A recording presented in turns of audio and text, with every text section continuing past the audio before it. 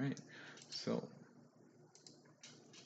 let's get into it. So we're covering the moon today. La Lune. The quote that I have here is from Miss Clifton. The moon understands dark places. The moon has secrets of her own.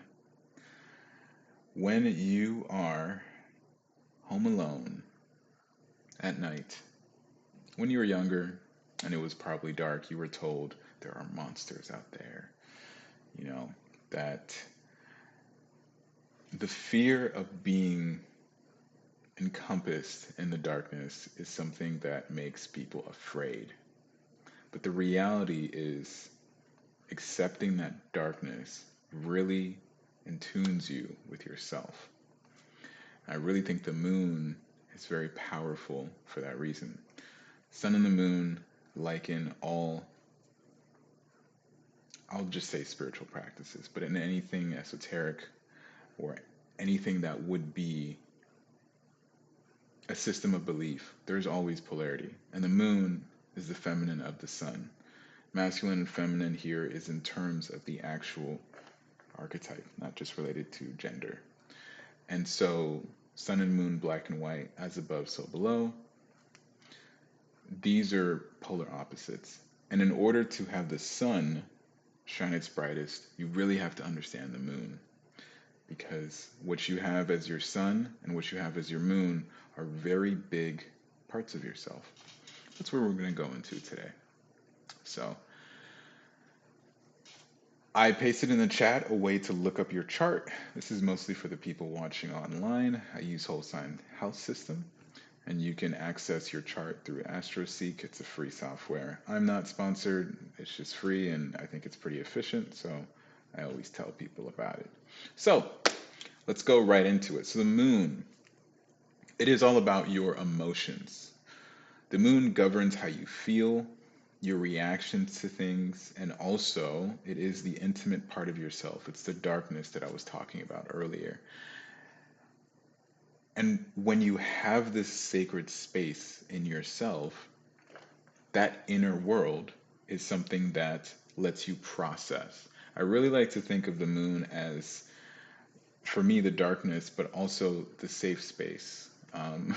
It's a funny thing that you'll hear that, like, men like to go sit in the toilet when they want to be left alone on their phone for hours, or that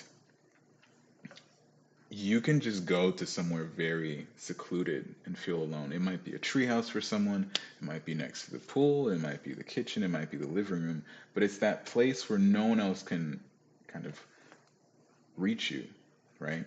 And in that space, you get this sort of nurturing element, right? The moon is seen for that reason as the mother or the primary caregiver.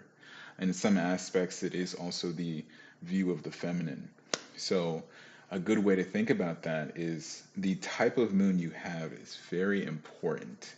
Whether you have a cardinal moon, whether you have a masculine or feminine moon, or the degree that your moon is in.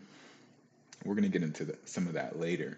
But it's really important to understand how to nurture your moon. I really think about it like the moon in your chart is a child, and you are taking care of it, you are feeding it, and it is separate from you, but it is with you. Because a mother and her child, like, although I've never given birth, I've heard a lot about what it is to have your first child, or even just a child. That bond between a mother and their child is something that will make a mother do some pretty crazy things. And it's not understandable unless you have that bond. And so I always like to look at someone's moon in their chart to see how it is that they can take care of that inner child. That's a really, wow. Sun, moon, and rising in Cancer. That is a lot of water. You better pay attention because this will definitely help you a lot. But not even just knowing how you can nurture yourself, but I always tell, uh, I've had like, obviously I'll have clients that have children, but also like I've had a few teachers so far, and it's like, it's a really cool thing if you know astrology because it's not a sacred thing anymore to just like to not know how to use it. Anyone can use it. It's something that anyone can pick up. And going into this age of Aquarius, it is going to be this booming thing where we are able to connect with one another through astrology. And the moon, if you can understand your moon, but then you can also understand the moon of others, you can bring this nurturing quality in conversation with people, not to manipulate their subconscious mind, but a really good way to understand the root behavioral preset of someone outside of the epigenetic effects that their environment might give them or their DNA. A person growing in a very aggressive household, meaning there's a lot of domestic related disputes. If they're a Capricorn moon or an Aries moon, those are very different ways of processing that. A Cancer moon versus a Gemini moon, very different ways of processing that. And so that person would exhibit traits as they get older that would also stem from their childhood, but understanding their moon could help you defuse because you get to understand their perspective. And that's really what we want to remember about the moon. The emotional memory that someone has based on how they recall their experiences and their childhood, if you put the two and two together, you can do a lot for someone. But with that, we also know the moon has cycles. Everything in life has cycles. And the moon goes from the new moon, it then goes into its waxing phase, the full moon, the waning phase. And this is really the time of growth to accumulation to release to renewal and regeneration, right? It's sort of like a purging at the end as well. Understanding life has cycles allows you to actually adapt, and the moon is the fastest planet in the chart, and it has to be. You have to be able to change quickly if you're going to be a mother of a family. You have to be able to adapt to little Timmy throwing up his food while the dog just pooped on the rug and whatever, whatever, you know? So I look at it like that and it makes sense. That's why the moon is kind of seen as in its joy in the third house for that reason, because Gemini is very quick and it can go through different phases of being itself. It has that changing, mutable characteristic. So the moon being able to become different things that it needs to be is very important. Now, as I said, the sign that your moon is in is going to very much affect you. The house it's in as well is a very big important factor, and we are going to really dive into that. And lastly, for this brief overview, the aspects to your moon really determine how easy it is for you to connect with that emotional intelligence. Squares might make it a little bit difficult, right? Impulsiveness versus how you feel. Oppositions might feel like a sense of sacrifice. Trines might feel like at times a blessing or a curse, depending on what your moon is touching. And then most of all, conjunctions might feel like the absolute best thing ever, or a leash that you might feel imprisoned to, depending on what is connecting to your moon. Nothing is ever truly bad. Nothing is ever truly good in astrology. Everything is always a blend. And in harmony, you will always just be able to be a regular human being that's alive. Without harmony, that's when you can see extremes in your chart. Even if you do have a chart that leans more towards the extreme, there is always a sense of balance within one's chart. So I'm going to move on. I'm going to talk about the moons. I have given a one-worded explanation. Excuse my drawing. It looks like a child drew this, but what do they say? If you go through life being a child or having a joyful experience, you'll stay young forever. So that's my excuse. I could have easily copy and pasted these pictures, but I chose to draw to add some creative expression. We'll talk about that later. So the first house is Aries. This is just in a generic chart where the rising is Aries, right? If the moon is there, I have given these one-worded responses, and I like to look, the moon in Aries is vigor. Now, let's say that the moon itself is in this house, but it's not Aries. The shading or the aspect of let's just say you have an opera stage, right? On this opera stage, I'm gonna try and draw curtains. Maybe this is some curtains, and then you have the little drapes, and there's little Timmy after throwing up his food. So you have this stage. I like to look at this stage as the house. The house itself is the stage that all of this is encompassed in. Now, the planet itself that is inside of the house is little Timmy, right? Oh, hopefully I spelled that right. English is not my first language. Sorry in advance. So little Timmy is the moon. That's the planet.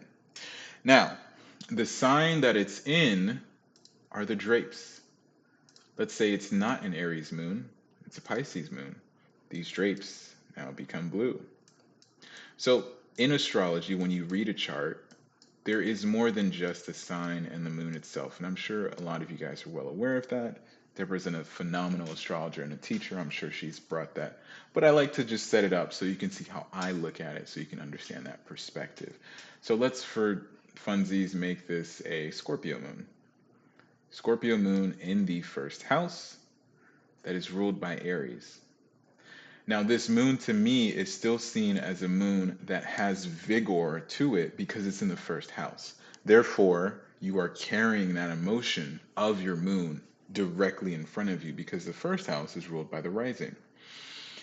Moving on with this sentiment, I look at the fifth house as passion. When you are really dialed in emotionally to something that you love, you are very passionate about it. You are going to become very creative about how you do it. Now, I said that as a little teaser. I have a fifth house moon. It's in Virgo. I am so good at creativity that I didn't realize it until I started getting older, and people would just tell me, like, how did you think about that? And I'm just like, it just flows. If I'm doing something that's harmonious to what I actually enjoy, my moon takes over and I see it. I see the vision and I can just draw it out. Now, that takes two different elements. I have a Virgo moon, but I have the opera stage of Leo because my moon is in the fifth house. That creative ability to also teach as well. So whenever I am really locked into something I find passionate about, I treat it like it is everything, right? Having a ninth house moon really makes it difficult to settle in one place, but if you didn't just have a Sagittarius moon in the ninth house, having a Cancer moon in the ninth house would really just make it so that your emotional compassion for advancing yourself, either in knowledge or in the pain of what you have had, and you want to share that and express it with other people to heal them. Like these are how everything blends. And so if we go over and we talk about the actual water moons, because the moon wants to be in the sign of Cancer. But if the moon is in the 12th house, it goes from being the super loving, nurturing, motherly feeling of the moon to being more about how it is that I am. My sensory receptors to me would be overstimulated. A 12th house Cancer moon is not emotional, like they're not extrovertedly emotional, extrovertedly, um, but they are super sensitive because they take that energy of being a Cancer and also put it in the super sensitive part of Pisces that has no boundaries and is everywhere. So I just think about it as if a human being was not a physical form, but they were a cloud. And as you walk through them, all of their receptors sprinkle over your body. And that cloud can absorb all of you. That is a moon in the 12th house, let alone Cancer, right? Let's just say you have a Capricorn moon in the 8th house, right? Whereas the 12th house was about peace, the 8th house is about evolution. So that moon in the 8th house, it is an uphill battle because that moon has to now almost in a sense calcify itself.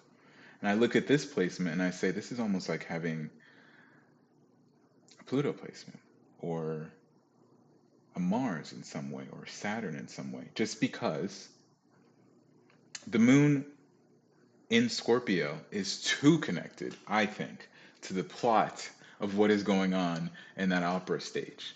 The eighth house would be a graveyard or a vampire's lair, not because of the darkness, but because in order to live in a graveyard, you have to know how to survive with little to no food, barely the right living conditions. And so a moon in the eighth house is scary to mess with. I would not do that because 9 out of 10 times they're going to sniff you a mile away, but also they have this calcification of what it is that they've gone through, and they don't want to be hurt. That's really what it is. There's a very deep wound in that sense, in that eighth house moon. And because of that, it closes itself. And with it being Capricorn, it's closing itself 5x. So it always has to go through a process of evolution, let alone does it want to deal with someone else, right, in that eighth house.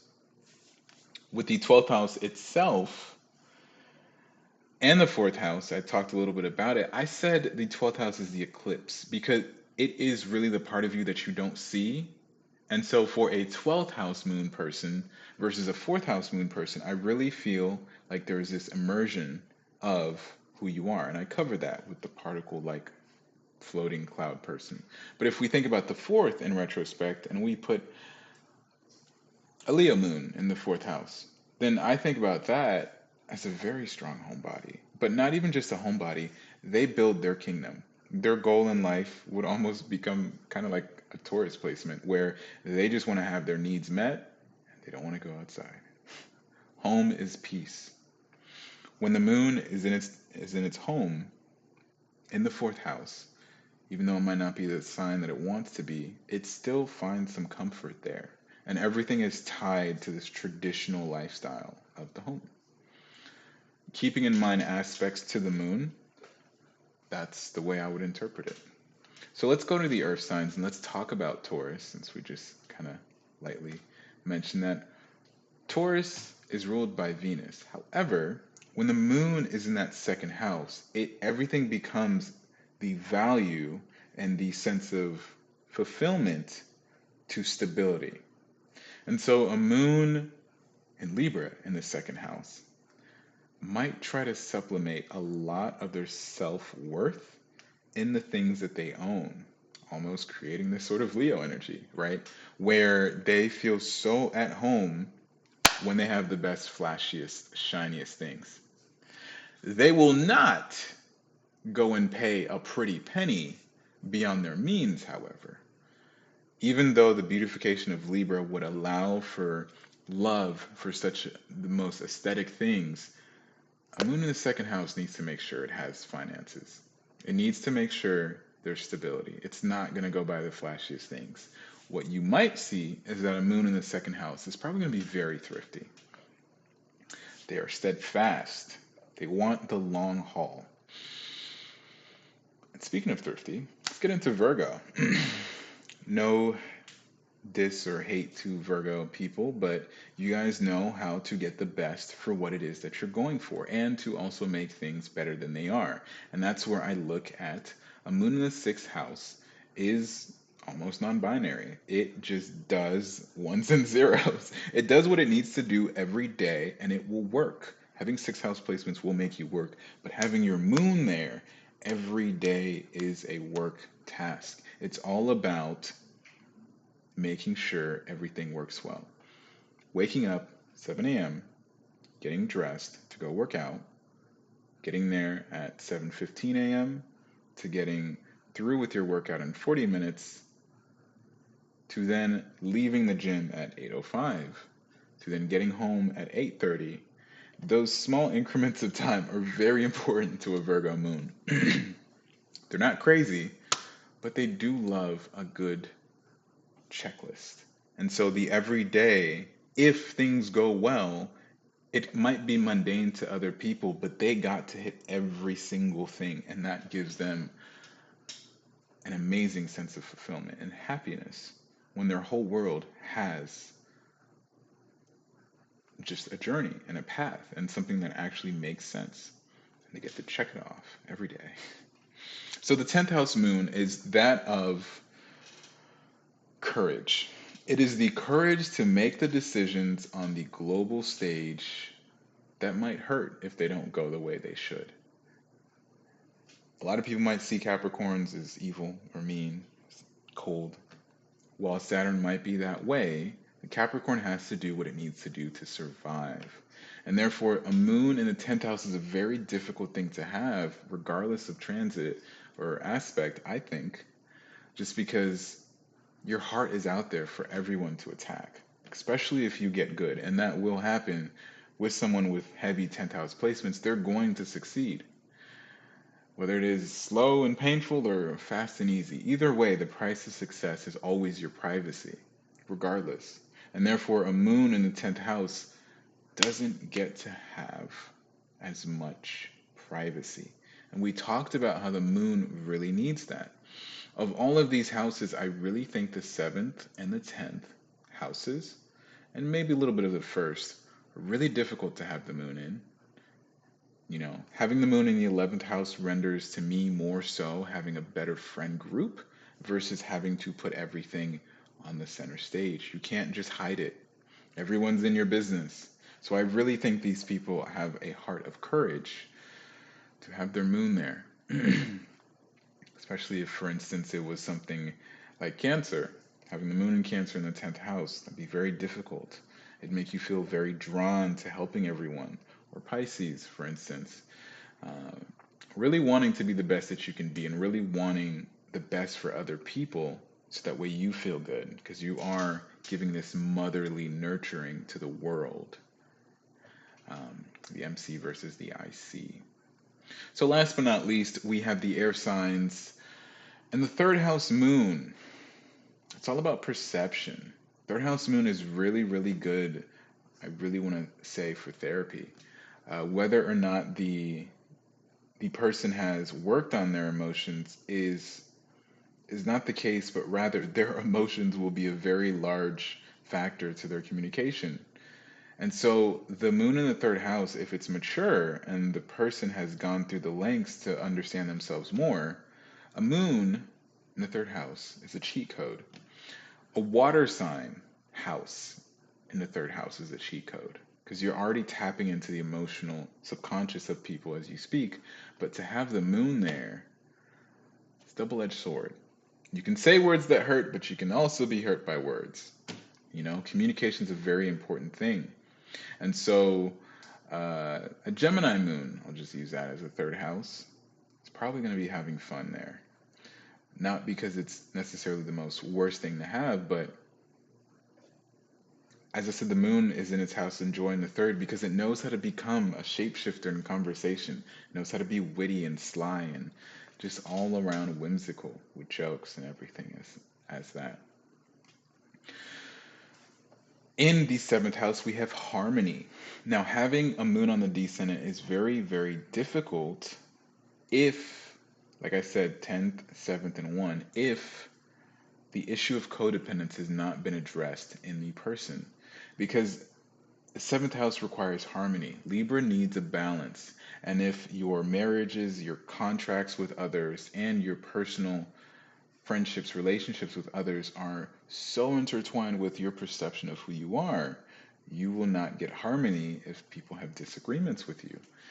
And so having a moon there can make it very difficult. Having an Aries moon in the seventh house really makes you stick your neck out for people a lot. And if they don't stick it out for you, it just might put you in a pit of rage that really just disappoints you. You don't necessarily have to show them how angry you are, but it's like getting let down, you know? And so having that much faith for other people and maybe not having enough for yourself or self-love can make a moon in the seventh house a difficult thing. However, it's also an amazing loyal person to have in your circle of friends. To have someone, and this is more synastry, with a moon on your descendant as well is an amazing synastry thing to have. You know, keeping in mind the aspects, of course. Last but not least, Aquarius, the 11th house moon, your identity in your circle of friends.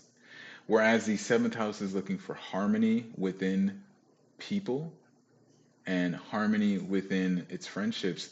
Who are you in the crowd? And so a Leo moon in the 11th house might be a pretty interesting moon to have. You might catch yourself doing things you probably wouldn't have done once you get around people. It's almost like a centrifuge, where it's like a centripetal force that just starts to swirl up. As you get around more and more people, that moon starts to really energize itself. Because whatever it is, it feels like it must act necessary. It must do things and act as necessary as it needs to identify who it is within the group. So it can be a pro and a con. Might be an amazing thing to have Capricorn in the 11th house and be a military leader, or Taurus moon in the 11th house and be a gardener for a city or something where you can actually apply that energy to the people that you're helping.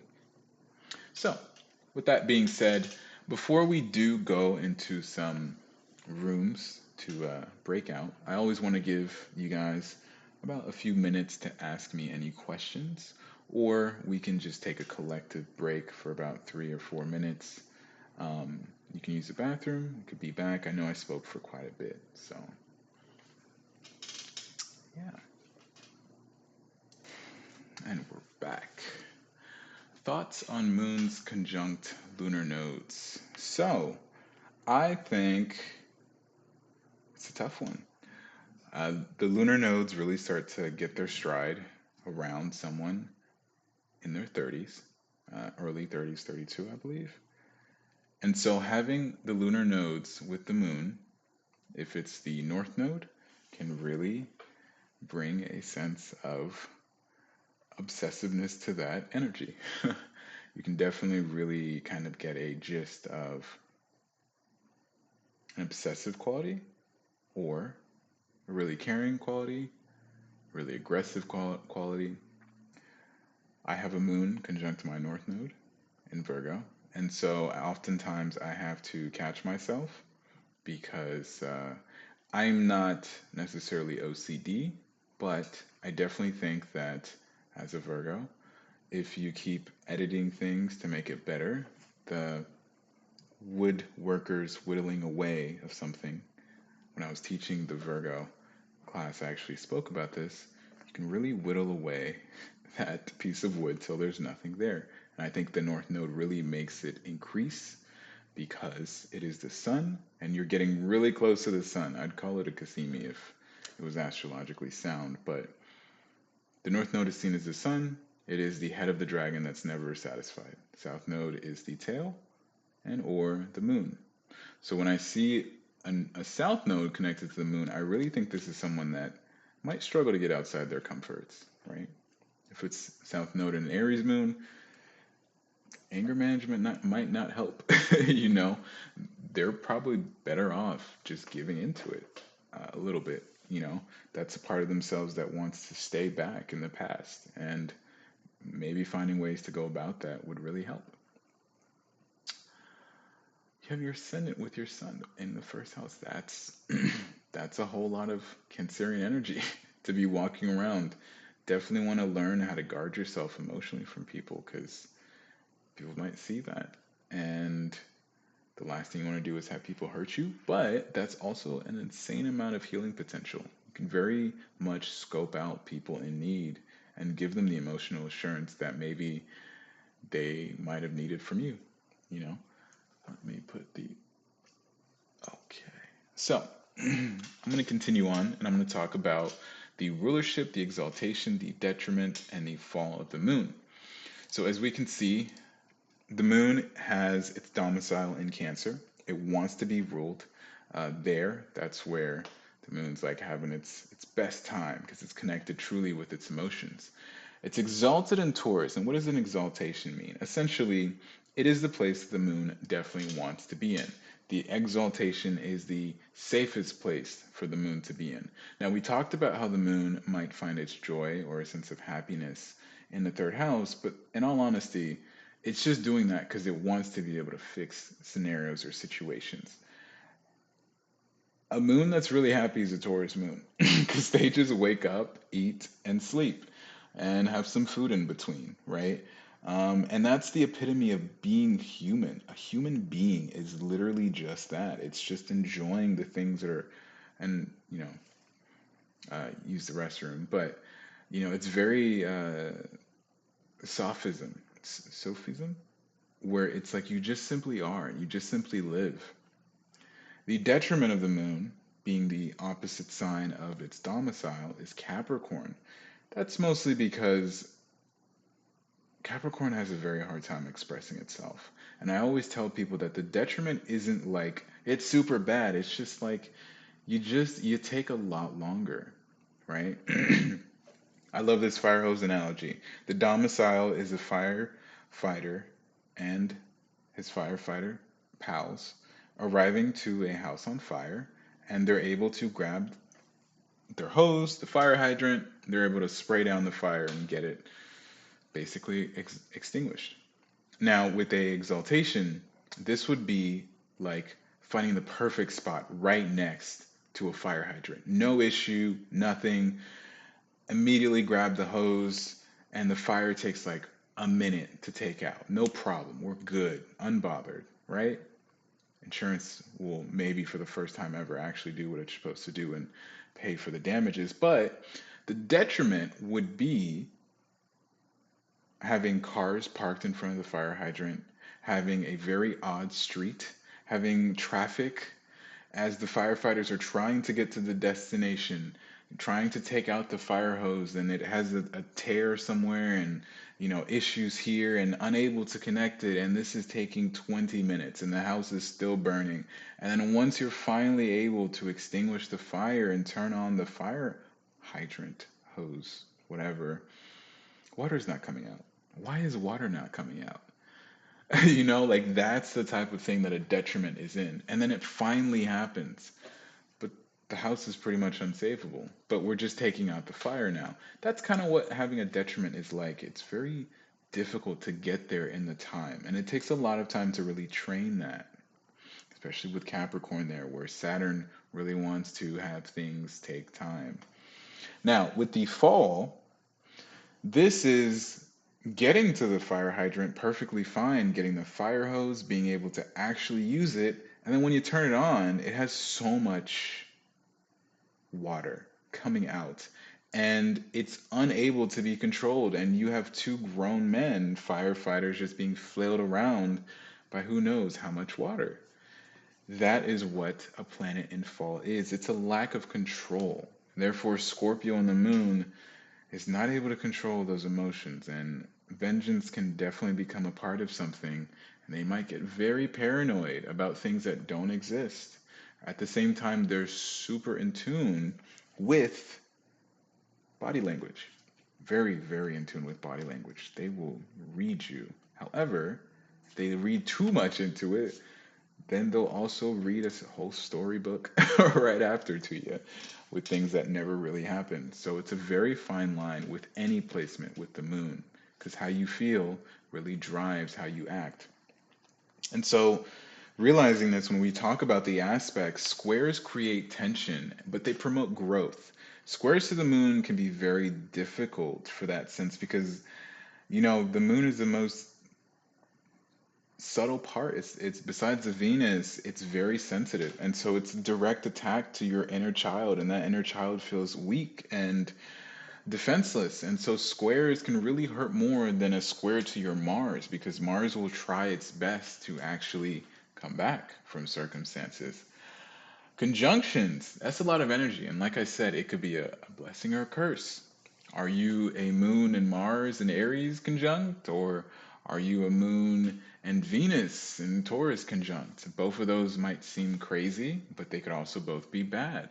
Maybe Moon and Mars is good if you're an athlete, but Moon and Mars is bad if you're trying to be a professional athlete. And keeping a sense of respectful nature would be difficult. You might want to break the rules. Being a Moon and Venus in Taurus might be amazing to have all that feminine prowess in you if you run a beauty line or a beauty collection or something, but it might be also difficult if you overindulge, if you're unable to control that. And so Something that I find a little bit better would be the sextiles. They're just the right amount of harmony and energy, and it's not too easy, and it's not too much. You got to kind of work it a little bit.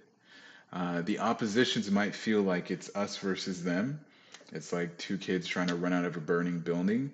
One of them are trying to get the other one to go through the door after them because they want to get through. And so the moon having oppositions can most of the time feel like it's the victim here in this scenario. Now, the trine shows harmonious evolution. And so the trine itself can, and most likely will, show a sense of just easy flowing energy. It's not as strong as the conjunction, but it's like, I see you, you see me, and I can rely on you, right? It would probably be like the two people trying to leave the burning building and actually just deciding, hey, you can go first, and then I'll go after you. Just like that, no problem. So that's pretty much it for the aspects. And just in case you were curious about the way the signs look, I think Pluto and moon conjunctions are obviously, to me, the most scariest. It can be really good, but it's very difficult to control and might take a good majority of your life. And it also might feel oppressive because I look at the outer planets and say that they kind of manifest in a subconscious or a human like obstacle in life, whereas Moon Jupiter might really be like a very good time, right? So let's move on over to the moon cycles. If you guys have any questions, feel free to ask. Again, thank you so much for participating. I really appreciate it with some of the statements that you guys had before. So we're starting off with the new moon going into the first quarter, which is the waxing, and then the full moon, which would be the opposition of moon opposing the sun, and then the waning, which is the third quarter. In between those, we do have cycles of the moon, and we're going to go through each one so that you can know how it is affecting you. So, the new moon is what it is that we know as darkness. It is being in the womb, in my opinion. You're completely covered in darkness and you're being fed through an umbilical cord. But that is an analogy for an actual idea that is starting from nothing, does not exist, and you are creating intentions by writing it down, staying up to the midnight hour and working on that project or that plan, right? It's a fresh start. You are planting seeds. And the moon itself is between the earth and the sun. So it's not really having much light on it. It's not really getting any light, and that's why it's so dark. The moon astrologically is conjuncting the sun whenever the new moon here is like this. All right, so going into the first part, which would be right here, this is the waxing crescent. This is the part of the moon cycle. Oh, that is horrible. Here comes the Virgo moon. I won't get it perfect, but I definitely can't leave it at that. All right, so the waxing crescent is the in-between. It's this part of the cycle right here. And essentially, it's a time to start growing. It's the diligent process, gathering the energy needed to actually make the decision. We just had a new moon. We're still in the energy of that new moon till the moon changes its signs, but that energy is very important to continue the start of the process. You make an intention. For me personally, like if you live near water especially, I love to just write down what it is that I want to do the night of the new moon in darkness with some candles lit and some incense going. Sounds witchy. I'm not a witch, but it's a really nice thing for me. Works with my placements. I enjoy that. It brings me a sense of peace, and that's the most important thing. When you make a peaceful home, because the moon is your emotions, whatever your moon is, you got to connect with it and make a peaceful, safe place. Some people, maybe it's being near the beach. Some people, maybe it's being around friends, depending on your moon. For me, alone. I love it, with my other placements as well. going from the waxing crescent into the first quarter, after making those plans, the reason why this moon is so important in that sense is because the first quarter is where you can kind of see the first crisis in a way. If you've watched Empire, you'll know that reference. But the first quarter is like, okay, we are up 3 points or we're down 2 points, and it's like, what are we gonna do now? There's an issue, right? This is almost like a hero's journey. It's the snake biting the tail. We are now at the point where it's like, okay, we're gonna shed because we have an issue and we need to become a new person, right? Um, the Sabian symbol for this Virgo new moon is a bride with with her veil being ripped off. That's interesting. I I wonder that Sabian symbol. Immediately when you say that, I just picture um, a woman walking up to get married, and the veil gets ripped off, and she's mortified. She's like, "Ugh, I can't believe you just did that to me." Almost seems as if it's not ready to be removed. And I wonder if that's the influence of Saturn opposing the moon and sun here, with Saturn being in Pisces. Maybe. Feels like that energetically anyway. Thank you for that input. I appreciate it. Um, but yeah, so this is the time where we're going through a perseverance. And I think that the first quarter moon really asks you, do you really want what you're saying? You know, because this is just a little test, right? Going into the waxing gibbous, which is the 3 right here. So if we're gonna do so 0, 1, 2, 3, I just call it the 3 because it's right here. The waxing gibbous, if I'm saying that correctly, is the refinement. Okay, so you really do want it, and we checked you out, and you definitely do want it. How is it that we're going to build and we're going to work to make adjustments and stay focused, right? You are here. It's the third quarter, right? That's kind of what I feel with the waxing gibbous, because it's like we're about to win, but I really need to know if you're going to make it, right? And because of this, I love looking at these phases as literally the quarters, right? Say this here. Now, I'm obviously aware that there's more to the circle than this, but I really think that the hardest part is to get past 2 and 3. Making an intention, starting something is never difficult. Getting halfway there when you are not sure about the future is difficult. Getting really close is difficult. But I really like this with the moon, that the moon gets brighter as you keep trying. The moon gets brighter as the days go on. And so I really feel as though the moon in itself is really just there to give you motivation through it. Because you can just go out and look at it. But also with your own moon, you can kind of see how you feel. Now, the full moon is the fruition. It is a look back at yourself from the start. That's my interpretation anyway. The sun is still near the start, and the moon has become here. And so you create this opposition of 180 degrees, and you really think to yourself, have I become the better person that I sought out to be? How do I feel about where I am now compared to who I was? That's the way I look at the full moon. And whatever it is that the project or plan, it's going to have a fruition. It's either going to be a fruition of you tried this thing and it failed, but you learned, or you started this thing and you never did it, and look at people who had started and carried through. Or maybe you started this thing and you realize it's not for you, and you realize where you would have been if you kept going and it was failure. Whatever it is, that full moon will definitely give you an illumination every single time. So that's why I say fruition versus just making it always about celebrations, because something could have failed, but it could have been for a reason. Going to the waning gibbous, it's a time for the introspection of the outcome of that full moon, right? If you have good outcomes, then you might be distributing the outcomes.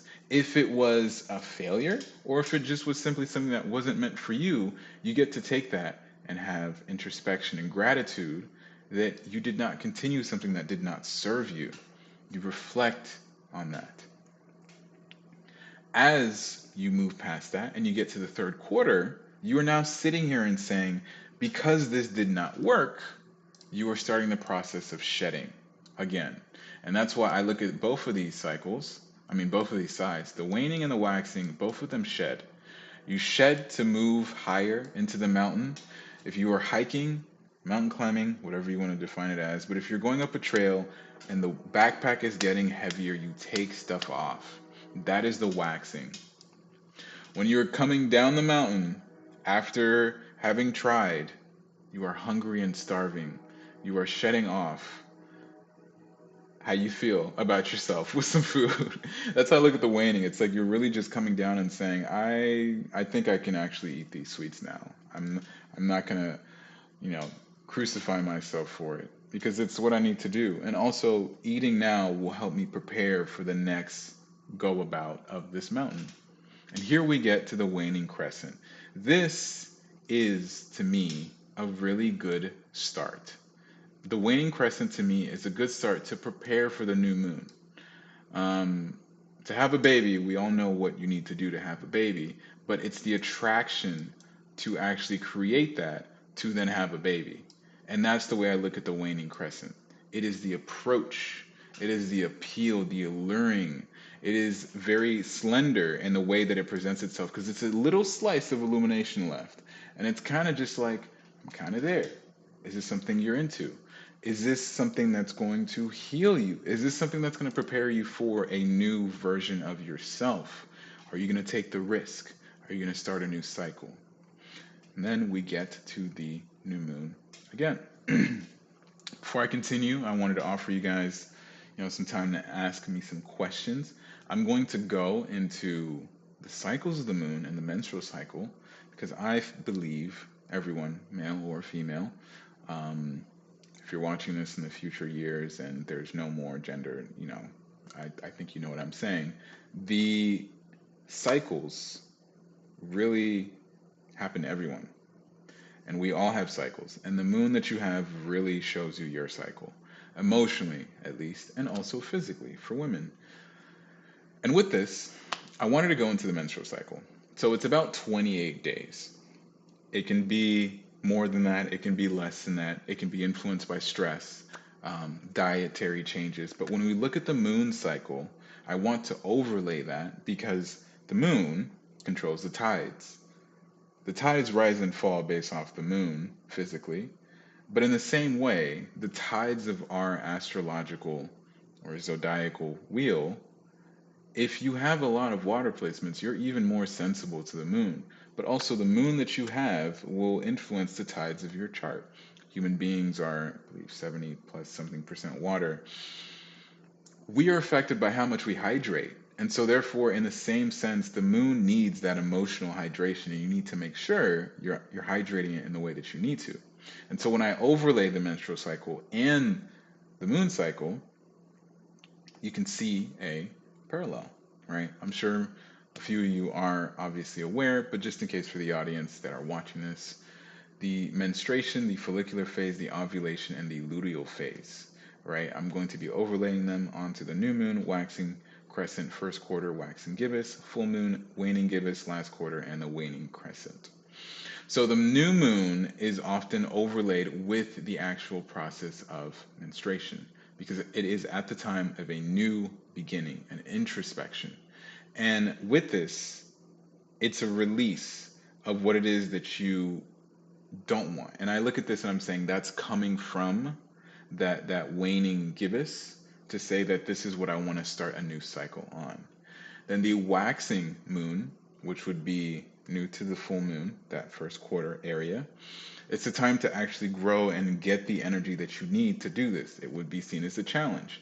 It would also parallel to the follicular phase, which follows menstruation, and it involves in the growth and maturation of the actual follicles. Now, it leads up to ovulation, which would also be the full moon, because it's peak energy, it's illumination, it's heightened activity, and it is where fertility is at its highest, representing the culmination of the follicular phase and new life. Then we go to the waning moon or the luteal phase, where it's time to decrease the energy, to reflect, prepare for a new cycle. And the luteal phase then follows to start to prepare again for another cycle if there is no pregnancy. So, why is this important? I find it fascinating because when you look at this, especially for women, you, or for partners of women, listen up, you can really help a woman that is around you going through her cycle based off the moon cycle. If you can actually look at her chart and see what is happening, her aspects to her moon during that specific cycle, it really will help you.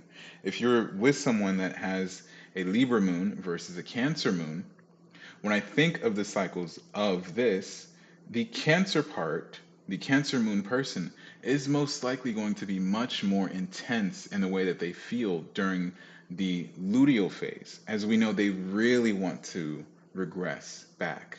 I really feel like someone with a Libra moon, depending on just not, crazy aspects, the follicular and ovulation might be their peak because they want to go adventure. Of course, bearing in mind that there's no pain, but it's these little things that I find amazing with astrology, and that's why I included it, because I really think that there are patterns everywhere. And as you look to better yourself, you see these patterns and they stick out in different ways. I could overlay the same moon cycle with other things in life. I could overlay it with the stock market. You'd be very surprised. I could overlay it with health. I could overlay it with an overall life cycle. When you start, when you get to adolescence, when you get to adulthood, and when you get older to die. It's always a cycle. And the moon, if you can understand your emotions and really conquer your moon, it'll teach you a very big cycle of life, which is yourself. Last but not least, with the last few minutes that we have, the void of course moon. This is something I wanted to kind of add. It's basically a period of time when the moon does not have any aspect to any other planet, and it is void of course. It's debated, it can be seen as 30 or so degrees, but this is kind of like a time that you just had to simply have been born around that time to have it, and we don't have it often enough. And the moon is kind of for the first time in limbo. I think it's very important. Well, don't just think, I believe it's important because for the people that do have this, you really want to know when this is affecting you. If you have a void of course moon, there are times when seclusion extended might just seem like it's really brought up to you. And it can be like, why do I feel this way? It's just like learning out of bounds planets. It's something small that can make you very much stick out to your counterparts, not because you're trying to be an Aquarian, but because you simply are this way. And it also gives you another piece of the puzzle to understanding yourself better. So, with that being said, I appreciate you guys for sticking around and actually taking the time to come to my presentation. Uh, I will definitely give you guys some time to ask me some more questions, but I just wanted to say thank you and take care.